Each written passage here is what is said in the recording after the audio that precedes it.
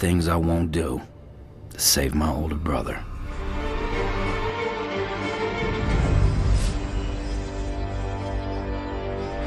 As it turns out, the zombie apocalypse is really nothing to get worked up over, at least according to The Walking Dead's Survival Instinct, a dull and toothless action game that presents a few interesting ideas, but leaves them wallowing in a sea of shoddy execution.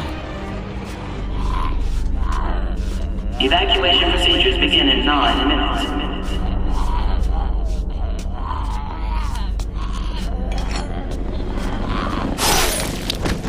Survival Instinct is a prequel to the Walking Dead television series that focuses on brothers Daryl and Merle Dixon. For days in the dark with all them abominations. Both characters are voiced by the actors who portray them on the show, which is the only instance in which the game flirts with anything resembling a high production value. The bulk of Survival Instinct, a campaign lasting maybe 5 hours, is a drab and awkwardly told story of these two men navigating the Georgia countryside on a road trip gone to hell. Let's rustle up a new ride. I'm going up that hill to see what I can see. The game is a stealth-oriented take on first-person action, in which you, playing as Daryl, creep through one zombie-infested town after another in search of whatever medicine or part for your broken-down car you need to make it to Atlanta. Each mission tends to involve you happening upon a town's 1 or 2 remaining survivors. They'll then ask you to go retrieve something of theirs in exchange for giving you precisely what it is that you need. If there was ever a game comprised entirely of fetch quests, this is it. The biggest problem with Survival Instinct is that every zombie is so utterly feckless and predictable that missions become less of a stealthy crawl and more of a routine trudge. Sneak up on a zombie and they can be instantly executed with a knife to the back of the head. Make too much noise and you can just shove them back and go for the brain uncontested. In the event that they get their hands on you, the game will trigger a quick-time event that allows you to kill them almost instantly.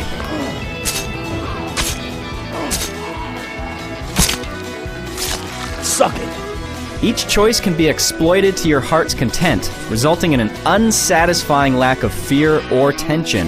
It's not so much of a zombie apocalypse as it is a zombie inconvenience.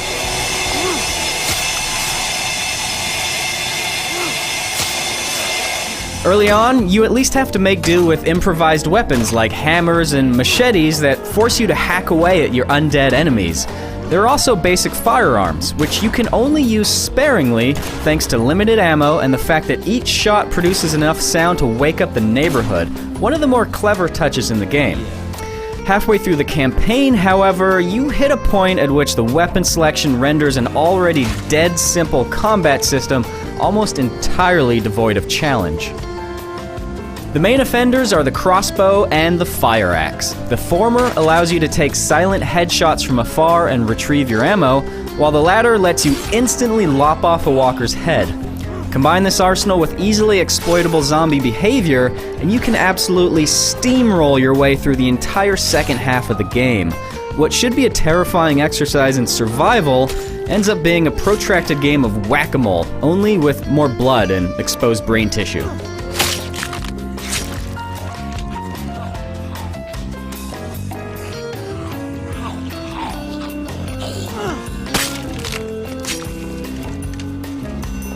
One of the more truly maddening things about the game is that there are some genuinely interesting ideas floating on the periphery that could have made for a novel experience if there was any real undercurrent of tension to make you care about them. One example is the way you look at a map and choose which route to navigate between missions. Take the highway and you'll conserve fuel, but you won't have much chance to find an untouched residential area to search for supplies. Take the winding back roads and it's just the opposite. You'll burn through fuel, but you can often find a treasure trove of health items, ammo, and other resources. The problem is, every zombie in the game is so innocuous that you quickly reach a point where you cease caring about resources at all. There's just no reason to sweat those details once you realize you're basically the Rambo of the zombie apocalypse. For a game with the word survival in the title, there's really nothing life-threatening about this zombie outbreak. It's more dull than it is scary, and more tedious than exciting. At least in that one specific way, Survival Instinct manages to capture the essence of a road trip from hell. Dad? Oh, Dad, no! We can... Well, we could... He's too busted up. Nothing can be done now except ease his suffering.